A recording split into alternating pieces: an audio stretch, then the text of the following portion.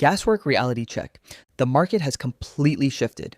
Right now on job boards like Gaswork, we are tracking baseline compensation rates that are completely breaking the traditional corporate mold. We are seeing independent 1099 clinical positions pulling in $250 an hour, $275 an hour, and in high demand surgical units, up to $300 an hour. That scales out from $450,000 to over $540,000 annually for full-time commitments. But how do you actually cross into this tier, and what are the clinical parameters keeping most applicants locked out of these high-paying assignments? In this video, we are breaking down the raw data tables, the geographic anomalies, and the structural metrics driving this historic surge. If you want to know exactly what it takes to transition from the intensive care unit to the highest paying operating rooms in the country, you need to understand the structural mechanics behind these numbers. And the absolute baseline starting point begins with the macro shift occurring right now across nationwide job boards. The macro shift. According to the latest 2026 data compiled from the American Association of Nurse Anesthetists and National Contract Diagnostic Registries, average total compensation has surged from roughly $181,000 up to a baseline average of $270,000. This is a massive baseline escalation across the entire industry, but the numbers on the surface do not tell the whole story. While a standard staff position provides an excellent return on investment, it is the independent sector that is currently hitting unprecedented levels. Top earners in the 95th percentile are routinely securing contracts worth $400,000, $425,000, and up to $450,000 a year. But a higher income baseline always brings intense clinical expectations, and missing a single clause in these high-yield postings can lead to severe operational burnout. We will look at how regional demand controls these rates in just a moment. If you want to master the advanced clinical concepts and application strategies required to step into this elite echelon, hit the subscribe button right now. We release data-driven breakdowns every single week to give you a clear systematic advantage. Join our community to keep your clinical path completely optimized. The real differentiator between a standard professional and a top-tier operator comes down to how a nurse anesthetist leverages geographic scarcity. Geographic velocity. The data shows that location is the single most powerful factor driving the $250 an hour mark. The Southwest and New England regions are currently leading the market, with baseline total compensation packages averaging $300,000 and $293,000 respectively. Conversely, regions like the Rocky Mountains are lagging behind at a baseline of $251,000. This massive gap is not random. It is driven by severe provider shortages and intense hospital competition.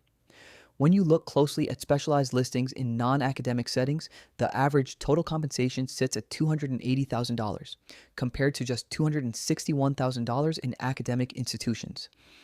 This means escaping the traditional university hospital infrastructure is often the fastest way for a nurse anesthetist to unlock maximum financial velocity. But optimizing your geography is meaningless if you do not know how to structure your actual clinical agreement.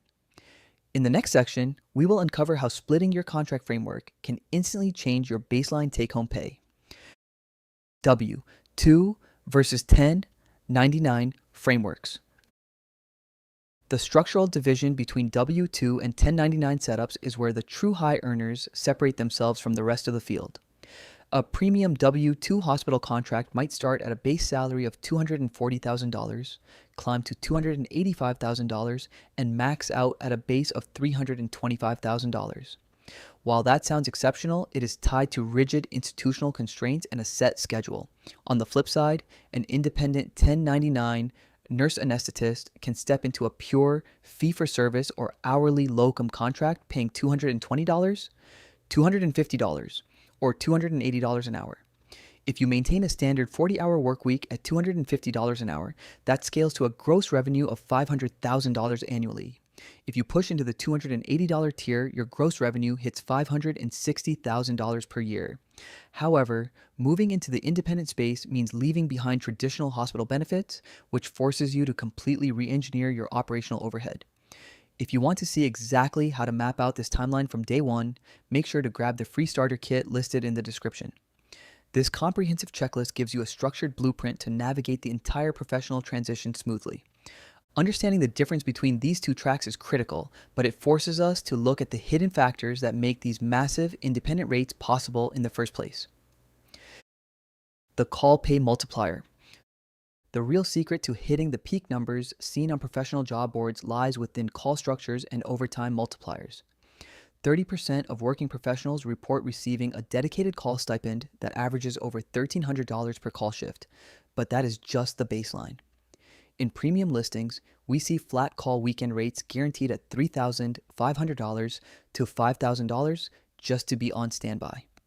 The real money is made when you trigger premium callback rates, where your hourly billing flips from a standard baseline to $325 or $375 an hour the second you walk through the door. For an independent contractor already billing a high hourly rate, a single 24-hour call weekend can add $7,000 or $10,000 of extra revenue to a single pay period. This explains how elite professionals push past the $400,000 mark without working 80 hours a week. But taking on heavy call burdens introduces serious lifestyle friction, and if you fail to calculate your actual callback probability, you risk burning out completely within your first 6 months.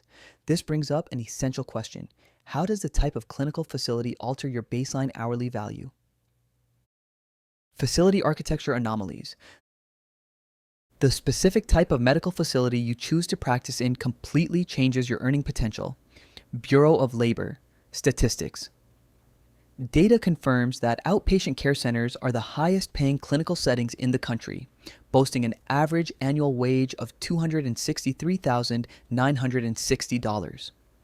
General medical and surgical hospitals follow closely at $234,000, while traditional physician offices sit around $214,000.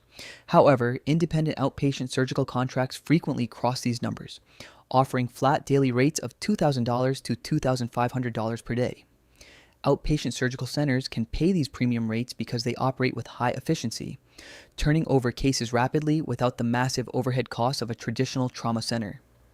If a nurse anesthetist wants to maximize their hourly value, targeting regional outpatient orthopedics or specialized endoscopy suites is a highly effective strategy.